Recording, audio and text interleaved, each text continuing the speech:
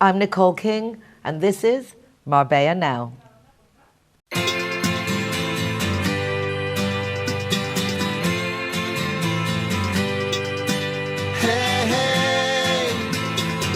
It's a brand new day. Hey, hey, hey. It's a brand new day.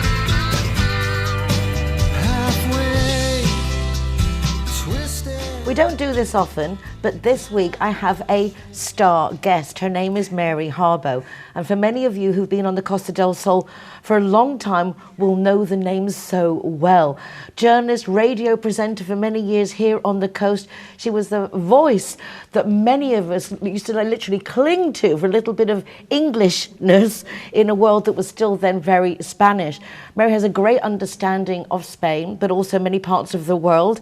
And although now has gone full circle and is back living in Norfolk, she's here in Marbella today. And I've just suddenly got goosebumps. And we get to chat with her. Mary, really, it's an honour to have you on the programme. Bless you. What an introduction. Thank you so much. Well, it's funny, I think sometimes you don't appreciate how other people perceive you. Your contribution to the community, which back in those days, literally in the 80s and 90s, is very different in Marbella, and you've seen many changes on the coast. Yeah, massive. And yes. met many people. Yes, it was wonderful. It was just so lovely to be here, and I think in that time particularly, perhaps too, to be a sort of, as you say, an English voice, and perhaps, I hope, maybe a little bit of a bridge between the Spanish and the foreign community? Undeniably. And I would like to, before we go and talk about, I know that we've got very exciting projects going on, but I first met you when I came back down from Madrid to live here on a more permanent basis, 2011-12, and actually you interviewed me at the Kempinski Hotel with my children, that Morris arranged it because I was working at the time and have for many years with very novel optic lenses that help with learning problems.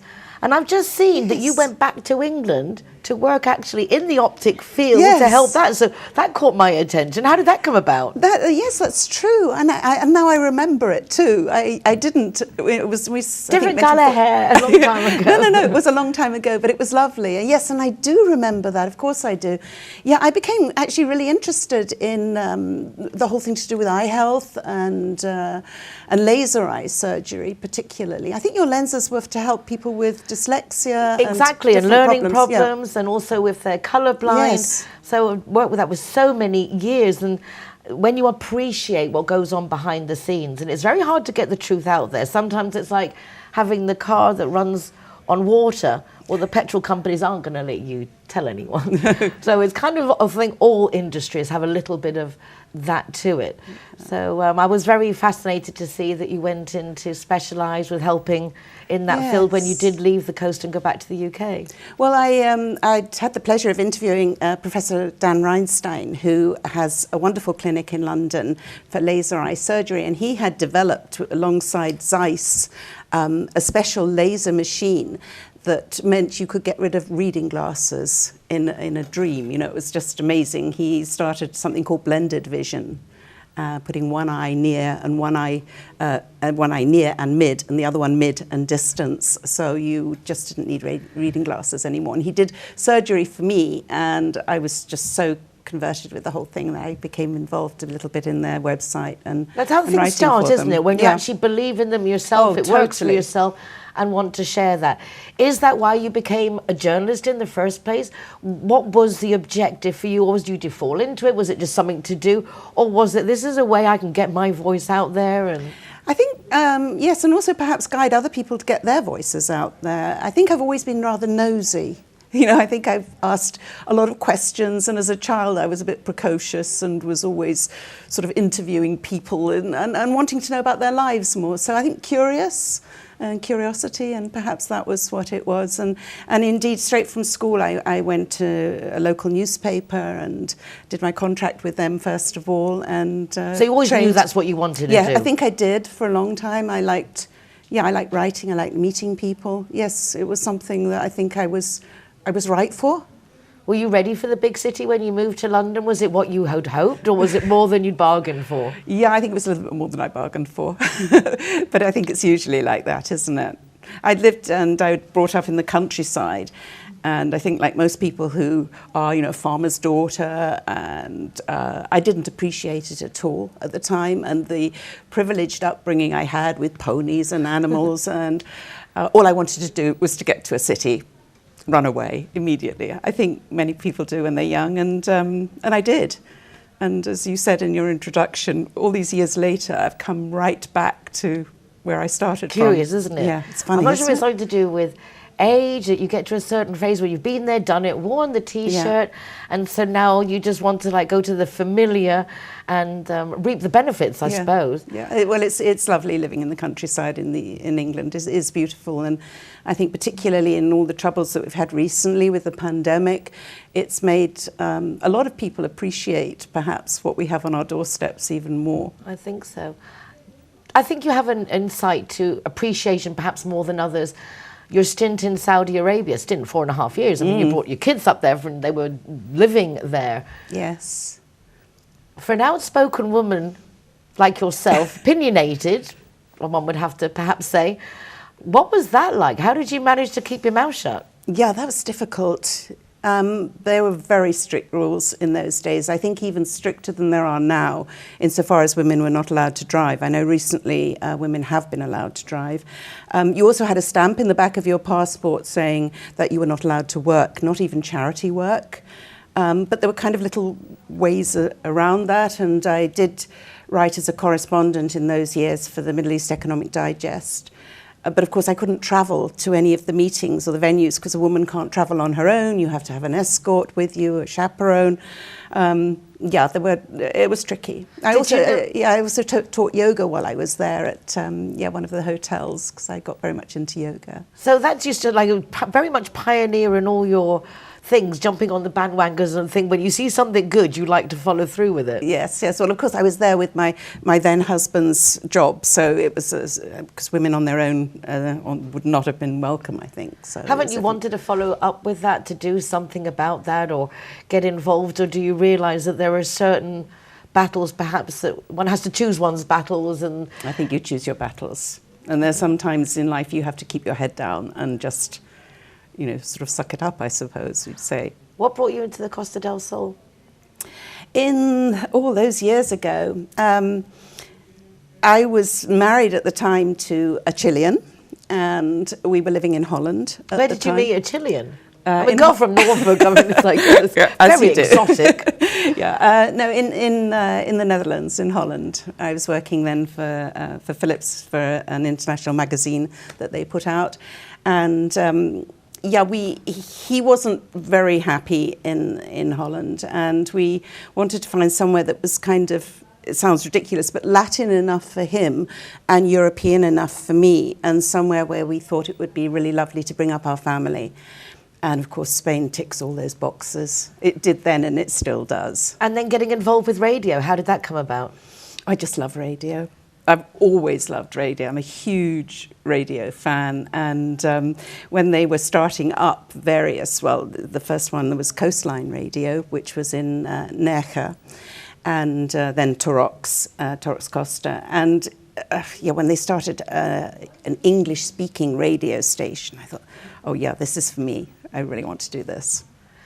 You obviously enjoyed it, and we mentioned briefly the amount of people you met, but there must have been some really emblematic people. We'll leave out Jenny Gucci because we're going to talk about her separately a bit later on, but who were the iconic people or the things that happened in all those years that you would say, boy, I got that scoop, I did that, and who would have thought in Marbella? Oh, you have to give me a moment to think about that one. Perhaps we can come back to it. Perhaps we'll come back to that one.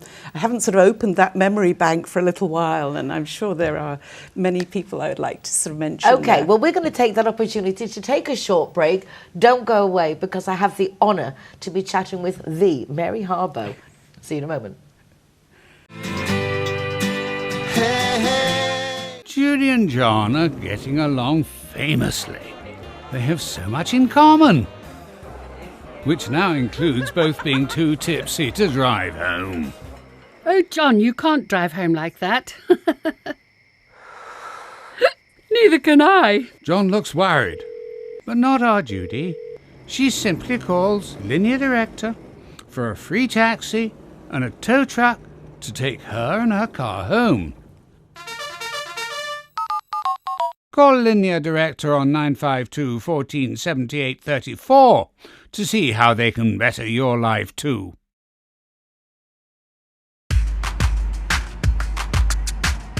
Everyone that comes and wants to join our Zero Hero Association, they will have free non-alcoholic drinks at our venue at any time. Hi guys, Ross here from Hogan Stand. Proud to be a member of the Zero Hero campaign. And we recommend everybody. Nobody drives drinking. Everybody who drives a car doesn't have any alcohol in their system, and we're proud to sponsor the Zero Hero program.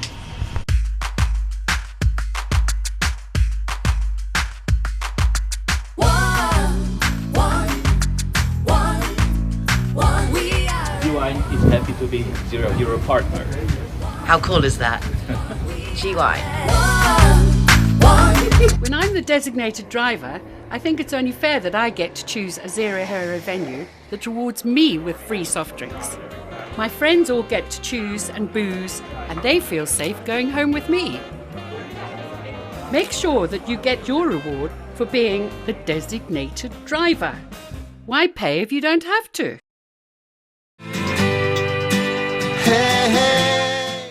Welcome back. If you've just joined us, I'm chatting with Mary Harboe, legendary figure on the Costa del Sol and now internationally renowned, but we will talk about that in just a moment, because following on from just before the break, I asked you, of all those years working in the Costa del Sol on the radio, I know what a privilege is and how many people you get to meet.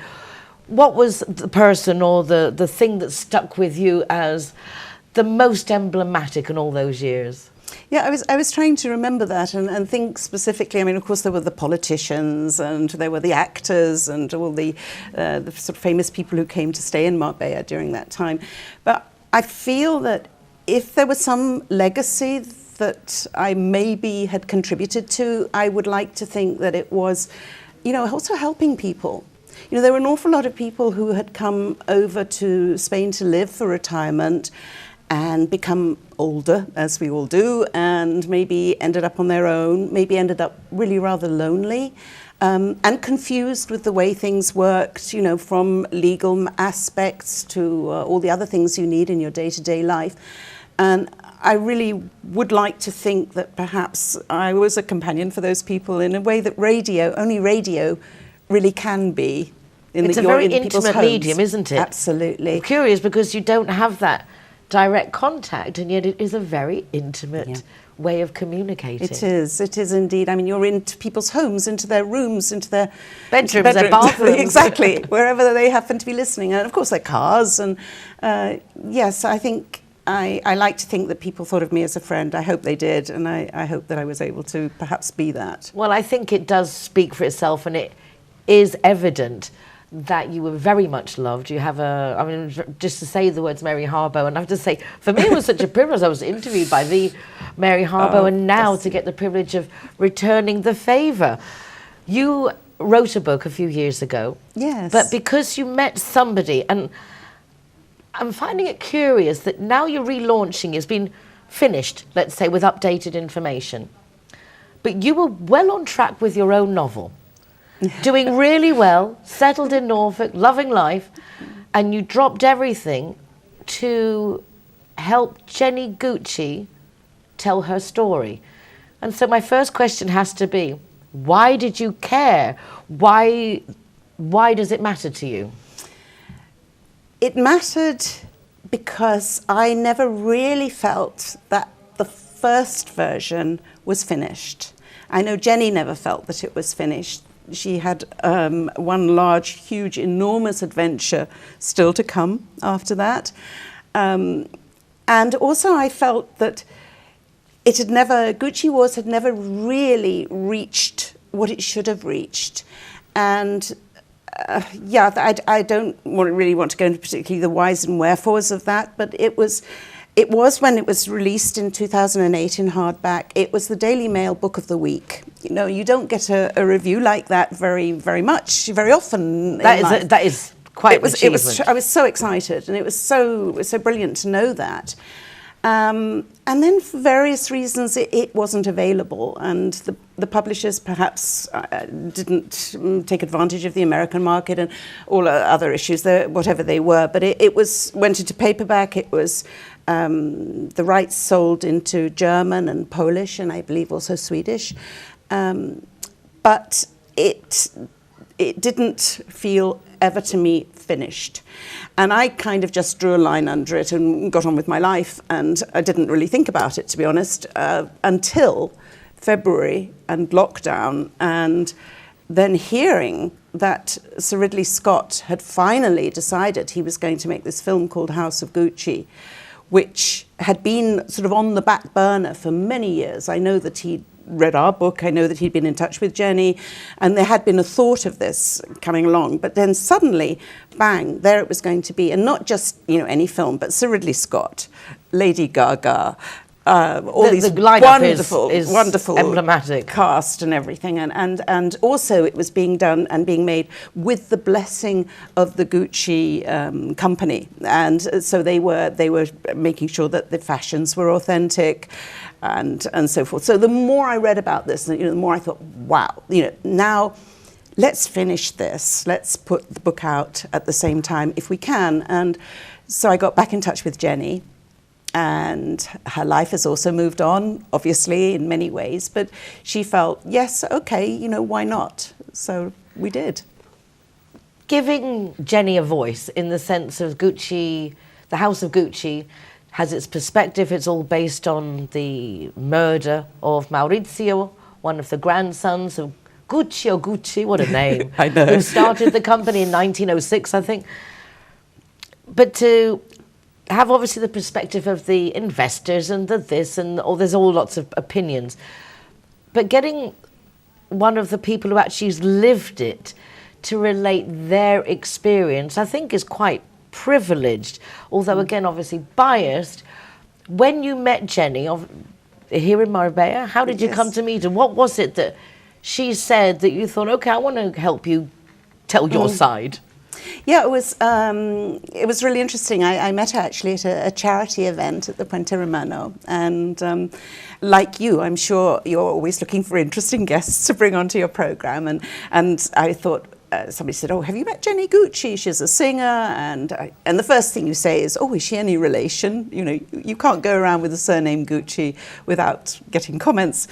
In fact, I did a little bit of research on it, and it is the second most recognized brand name globally, second only to Coca-Cola.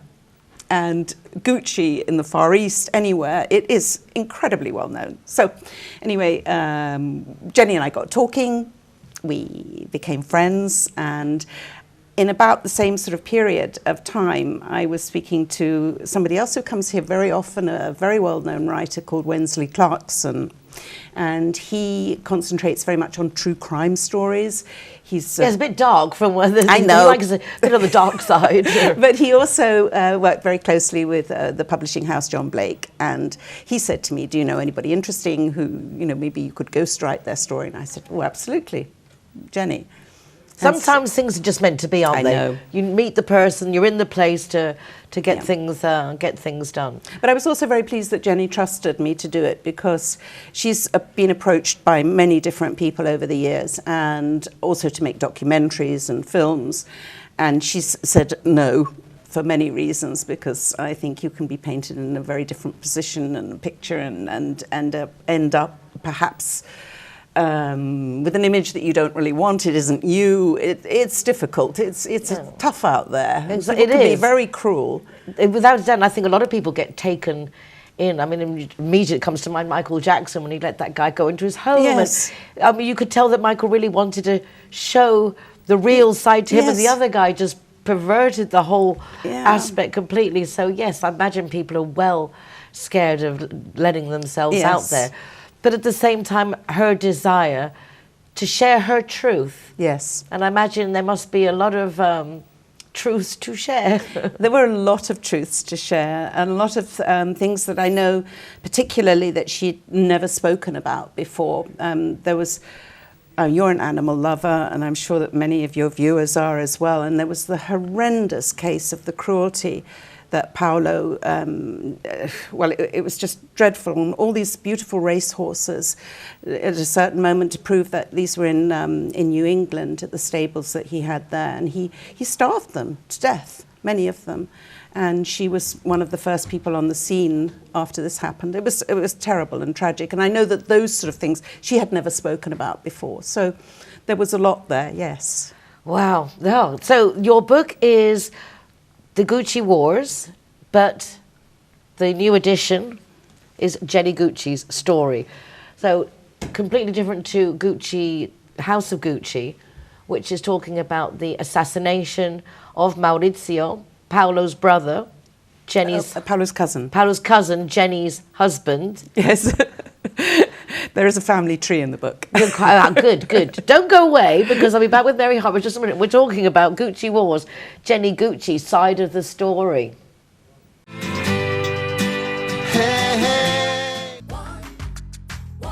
Zero Hero, welcome here at the Gaucho de Banús. Let the music get to your heart.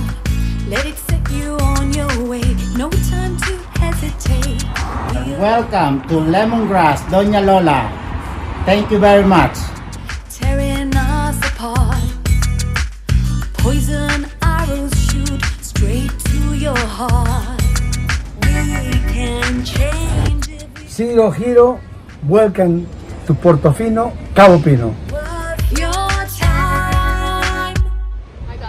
Kazatua is proud to welcome the Zero Heroes, so come on in and enjoy free soft drinks for anyone who is the designated driver. Thank you, Nicole.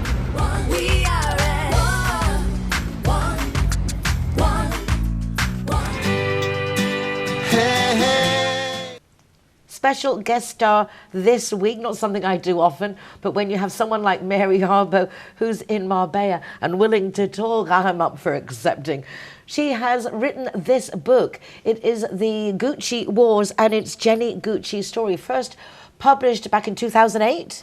Yes, in hardback. In hardback, and now re-edited to include updates of what Jenny's been up to since Marbella, which is where Mary met Jenny and managed to gain her confidence, and therefore the inside story of the Gucci saga. Now, a lot of people, and I include myself, really didn't know much about the Gucci saga. I know the name, I know the brand, but I've never really followed it as such. And so knowing that you were coming and about the book, and although I haven't seen the film, House of Gucci, and I haven't yet read The Gucci Wars, I did do a little bit of online research. Boy! You couldn't make it up, could you? Truth is crazier than fiction. What a family. I mean, you talk about hot-blooded Italians. Like, it was just surreal. So the book is spicy. I mean, there's a lot to tell. There's a lot going on there. There's a lot going on. Those who don't know, Guccio Gucci founded the company.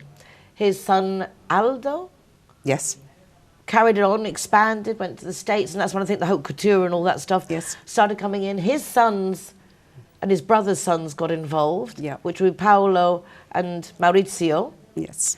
Both of the boys, Paolo and Maurizio, married outside, like one would say, the class that perhaps one was expected.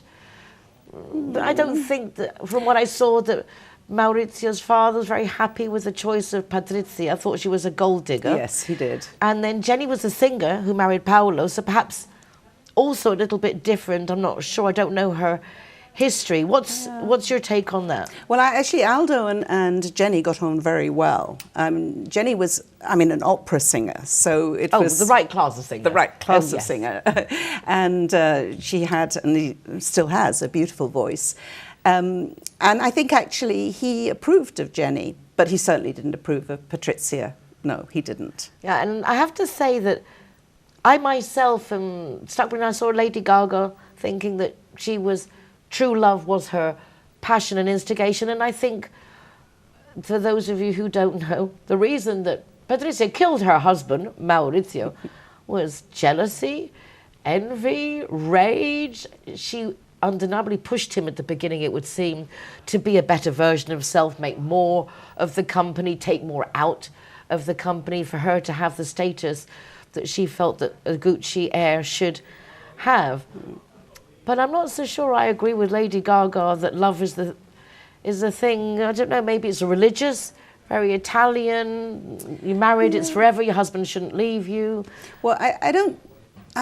Jenny's take on it, and there's quite an interesting scene actually in the book as well, is that Patrizia was incredibly motivated by status. To be Mrs. Gucci meant everything to her. And there is a scene between Jenny and Patrizia in New York where actually Patrizia goes running back to Aldo and says, there's only room for one Mrs. Gucci in New York, and it's me, you know, get Jenny out of the way, because Jenny's outfit had made it to the front page of Women's Wear Daily, and the outfit that Patrizia was wearing at the same event had not. So there were sort of scenes like that. So she was very, very motivated by status. And because Maurizio actually divorced her, and as such, she was no longer Mrs. Gucci.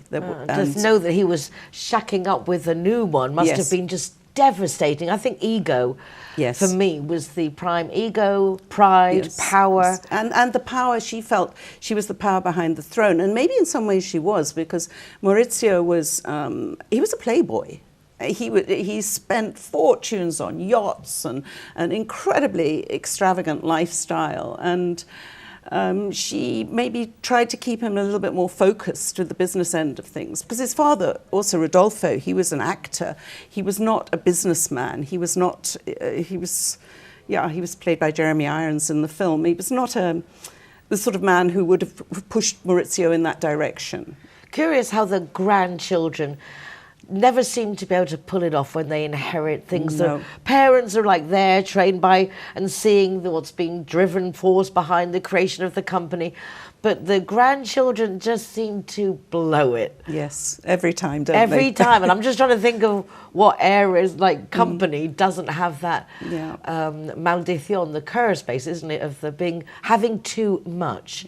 Well, yes, because Maurizio was the first one to sell out from the family business. And Paolo was second, he followed.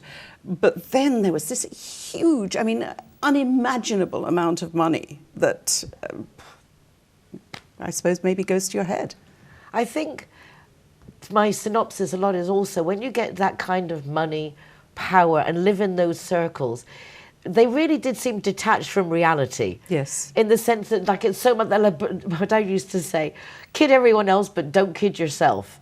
I kind of think they lost complete base with they lost the plot. Yeah.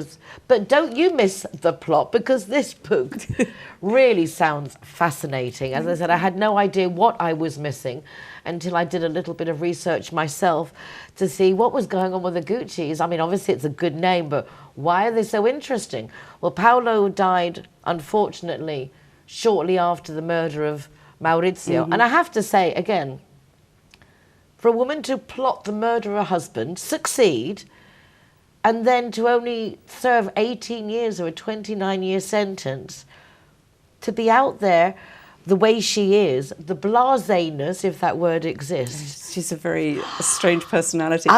She must be crazy. She was offered bail or parole at a certain moment, as long as she had a proper job and went to work.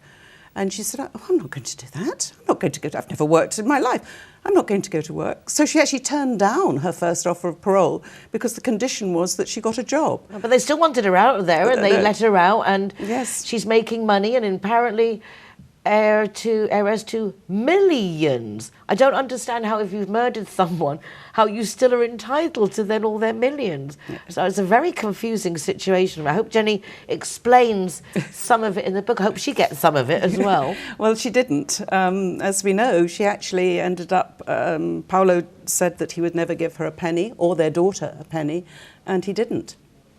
He kept, and the lengths that he went to not to give her any compensation at all were remarkable. I mean, he even went to prison because of contempt of court, because he didn't make any. He took his own father to court. Yes. Rather than I suppose, I don't know, is again ego, because he was the one who gave inside information on his father to the tax, internal tax revenue. So it's just like, to see families, what I think, first of all, the biggest victims are the children, the great-grandchildren. Yes. I have to say that the legacy, and to have this film and the books out now, must be very sad for them to have such a powerful name, but that's not related to the successes of the family, but the disgraces of the family. Yeah, well put. No, I think it's true. And I know that Jenny and Paolo's daughter, Gemma, I know that neither of them have seen the film, and they really don't want to. And I would certainly not recommend that they did, because the picture that's painted,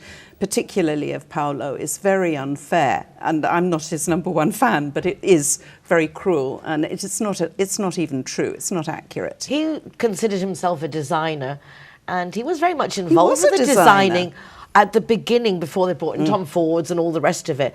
But I believe, and I'm kind of trying to cross-references, that he came up with the entwined G's of their logo. So I'm not really sure how true that is, but I do think that perhaps he didn't get the credit. No, he didn't. Again, inheritances. They only got one kid, you got 3 kids, it's a weird thing, this inheritance thing, how it can destroy a family. Yes, and so far as the portrayal of Paolo in the film is concerned, I know that, the film, Jared Leto, who plays Paolo in the Unrecognisable.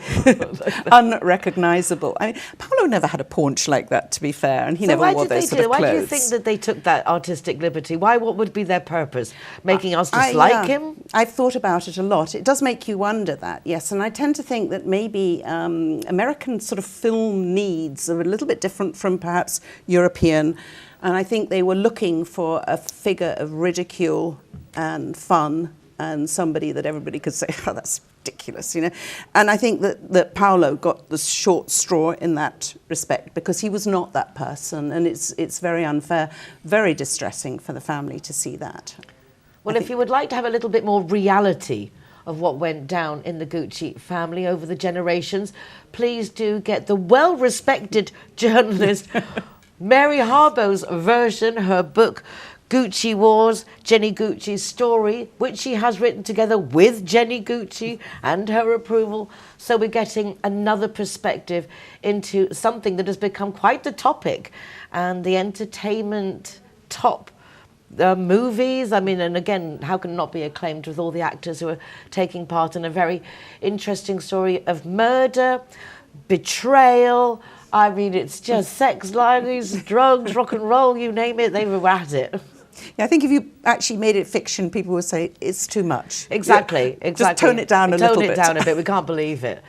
Mary, lovely to see you again. I know you've got a lot more going on in your life with all the ceremonies that you do, and you've done many other things. Yes. But it's been a pleasure to catch up with you. Oh, it's been lovely. It's been really, really nice. And I think particularly coming on the back of the pandemic and to do something so wonderful as to come back to Marbella, I'm so happy to be here, I can't tell you. And it's lovely to meet you. And when to are you have this going back? I'm here for 10 days of rain. 10 days of rain. Oh, there you go. At least you know what you're getting. But it's still fun to be back on the Costa de Lluvia and the Costa del Sol. Mary Harboe, thank you very much. Well, it has been a super long interview with Mary, but I hope you agree that it was well worth it.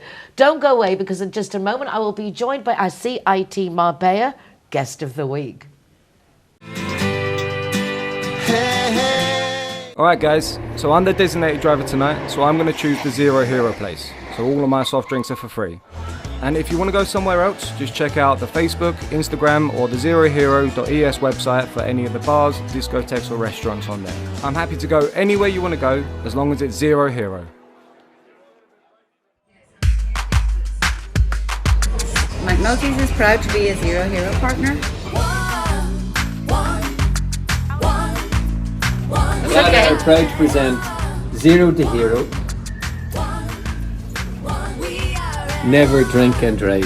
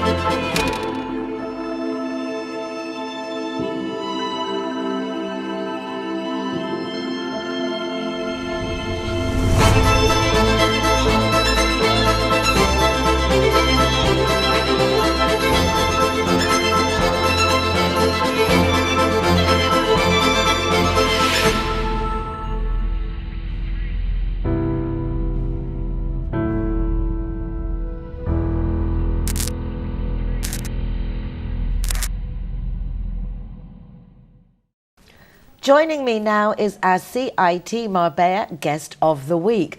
CIT Marbella is a business networking association grouping over 500 different companies, covering some 80 different professions, and the nice thing is they all support each other. CIT Marbella is very well informed on all the legalities and all the benefits that one can get when working in Spain. So I highly recommend, whether you're a small entrepreneur or a major corporation, that you check them out if you are working on the Costa del Sol. Their members go from big hotel groups to people like my next guest, Blitz Art Gallery, which is a very unique gallery in Puerto Banús, and I'm delighted to welcome Nicky on their behalf to tell us more about it. Lovely to meet you, Nicky. Lovely to meet you, You Nicky. look like a work of art, so gorgeous. Thank you. And Thank as you can see from the video introduction, quite unique. Isabelle is a very talented young woman. Indeed she is. Indeed she is. I think her works of art speak for themselves. She started out pretty much, she discovered her passion by chance, but then again, nothing is by chance these days, so everything happens for a reason. She started out in her husband's atelier because Dirk Neef, he's a glass artisan who makes windows glass for churches.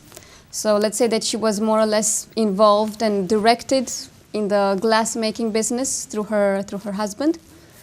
The vision to be able to create something that is so abstract, apparently, and then to create such amazing, beautiful faces, and it's like, how could I mean? It's like it's crazy talented. It's inspiration and hard work and a combination of a lot of factors. But basically, what she does, if you carefully look at her artworks, and you can see also in the video that you just showed. What she does is that she uses the same technique as pointillist painters used to do. So they used to put small dots of paint, one next to each other, and then they created an entire image based on small dots of paint that were connected. And the brain, the trick is in the brain, because it's the brain that actually creates all the connections to create the entire image and the portrait per se. Amazing how we need to give a vision, a face. Whenever we can make a face, we will make a face. It is part of our human structure, is the way we are made up to recognize find faces everywhere. Important, I was trying to think of the definitely. name, because I know the name of what it's called when we see faces everywhere, but it's escaping me at the moment. How did you get involved with the gallery? Tell us a bit about the gallery itself, because BLIZZ Art Gallery is just Isabelle, so there's not like a gallery of all different artists. Was this gallery created for Isabelle, or is Isabelle the first person who is exhibiting at the gallery? Explain a bit the situation. For the time being, so Blitz Art Gallery is Isabelle's personal art gallery in Puerto Banús. She has her artworks in galleries all over the world, from Monaco, Dubai, Saint-Tropez, Paris, London, New York. So internationally, let's say, she has a lot of exposure and ouverture, let's say. But she decided to open her own personal gallery in Puerto Banús, since she had, well, first of all, she loves Puerto Banús. It's a great place to be in. I mean, the sun, the weather, you should know, I mean, you're here as well. And then, most importantly, is that a lot of her clients actually come from the Costa del Sol area. So it was only, let's say, it came naturally and spontaneously to actually open a gallery here in Puerto Banús. Where's Isabelle from originally? She's from Belgium. She's from Belgium. Her atelier is in Belgium. She has a huge, actually the, let's say the huge stall that you saw in the video is part of her atelier in Belgium. And that's where she creates all her artworks, and then they get shipped, of course, all over the world based on where the clients are from. Any creations going on now in Marbella, or is it all still done in the atelier? No, creations are, so she creates artwork constantly, so we have a very natural and constant flow of artworks coming in and out of the gallery, but she only creates in Belgium. So that means she has to leave Costa del Sol quite frequently. Unfortunately, but she always comes back because she comes here regularly. She comes maybe every 2-3 months based on the amount of work that she currently has going on. I mean, personally, I just kind of thinking, I know that myself, the light on the Costa del Sol is unique, and I know that many of our artists find that their artwork here is undeniably influenced by the light here. And I'm just thinking, working with glass and colour here surely would inspire Isabelle, in a different way than the light in Belgium, because it just refracts so differently. So I'm kind of excited for her to open up an atelier here and experience a little bit of how that could influence. She does. She draws a lot of her, let's say, her inspiration for her artworks from the sun, from the Marbella scenery, from Puerto Banús, from the beach, of course, and the sea. So to capture undeniably. that, who wouldn't want to have that? To capture the colours, the vibrance. They are unique pieces of art, and what's more important, I think it should be mentioned, is that every artwork is unique. So every piece of art that she creates is not only a piece of art, but it's also unique in the way that they don't repeat themselves. So they are unique creations, and well, our clients value very much this aspect, and Isabelle takes great pride in making sure that every artwork that she does is one of a kind. What a lovely combination. A husband who is, works with stained glass windows for churches, and then his wife realizing that she has this ability to take that same stained glass and make these wonderful works of art. Are you also coming from the art world yourself, or? I've worked in my past in galleries, for instance in Belgium. Let's say there was incidental, the fact that I'm currently working with Isabelle, and she also has Belgian roots.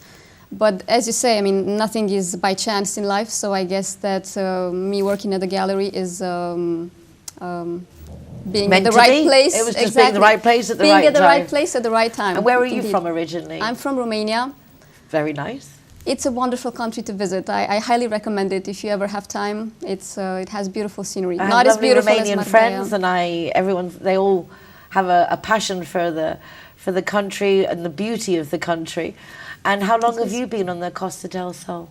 I moved here last year. To a So newbie, completely new. Like the gallery, because the gallery was open last year in end of May, beginning of June.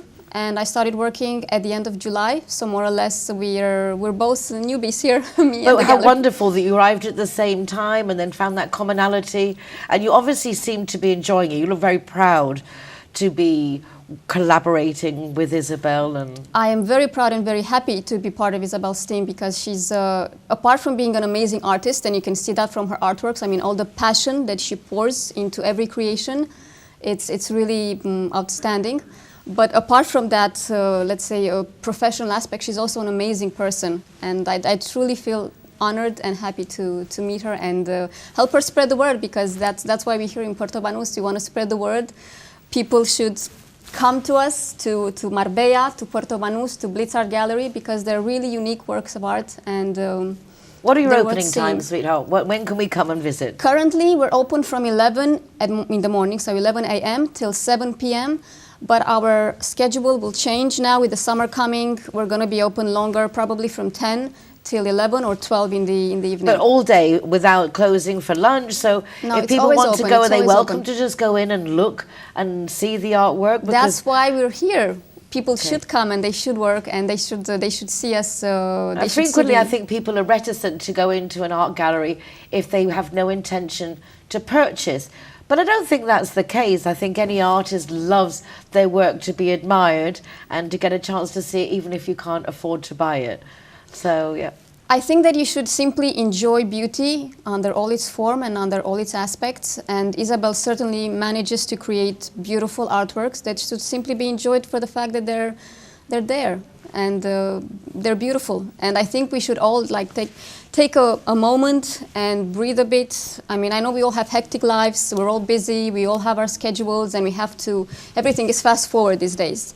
But Isabelle's artworks really focus on taking your time, slowing down, and simply enjoying the beauty of life and the beauty that comes in all its forms. Wow. So, Can't say anything better than that, so I'm going to say nothing else except, Nicky, thank you so very much for your time and sharing thank you, your Nicole, for passion having me and here. Isabelle's talent. Thank you. On behalf of Isabelle and all our team here at Blitz, I want to thank you for having me here, and it was lovely meeting you and your team. I'm really looking forward to going to visit the gallery. That's I not a hope you threat, do it's a soon promise. enough, I will please. definitely come and pay you a visit. Don't Please go do. away, I'll be back in a moment.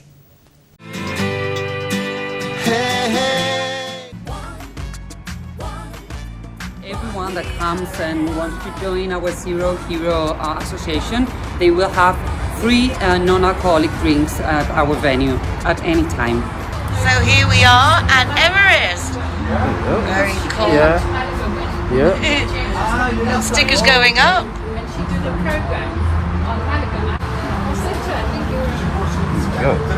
Hiya, my name is Govinda. I'm from Everest.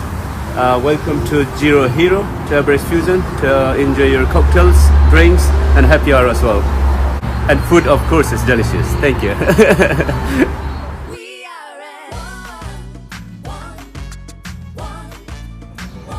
Welcome to Sister Taperia. Perfecto. That's it for this week. I've thoroughly enjoyed the programme. How great to chat with the Mary Harboe and now the lovely Nicky from Blitz Art Gallery in Puerto Banús. There's a lot going on in our city. Please do keep informed and remember that the Foreigners Department in the Exhibition Centre at the Town Hall is there just for you guys. 147 nationalities, all living in the same city, but there is a place for us. We are very much wanted and appreciated, so do contact the Foreigners Department at the Town Hall. If you want to sign on the Town Padron, you want to have an event, anything you want, you can chat with them. If you want to watch recordings of the programme, which also tries to keep you connected with everybody that's in our city and everything that's going on, you can do so from the RTV Marbella website. You can also do so from my website, nicoleking.es, with links to the programme, also to my weekly column, Marbella Moments, in the Euro Weekly News, and to our Zero Hero website with an ever-increasing list of hotels, bars and restaurants that are rewarding the designated driver with free soft drinks. Do check it out, well worth it. Why pay if you don't have to? And why miss what's going on in our city if you don't have to? Stay in tune with Marbella Now and take care of yourselves. Be nice to each other and join again next week for more of what's going on. Hasta pronto. We are one. Let the music get to your heart. Let it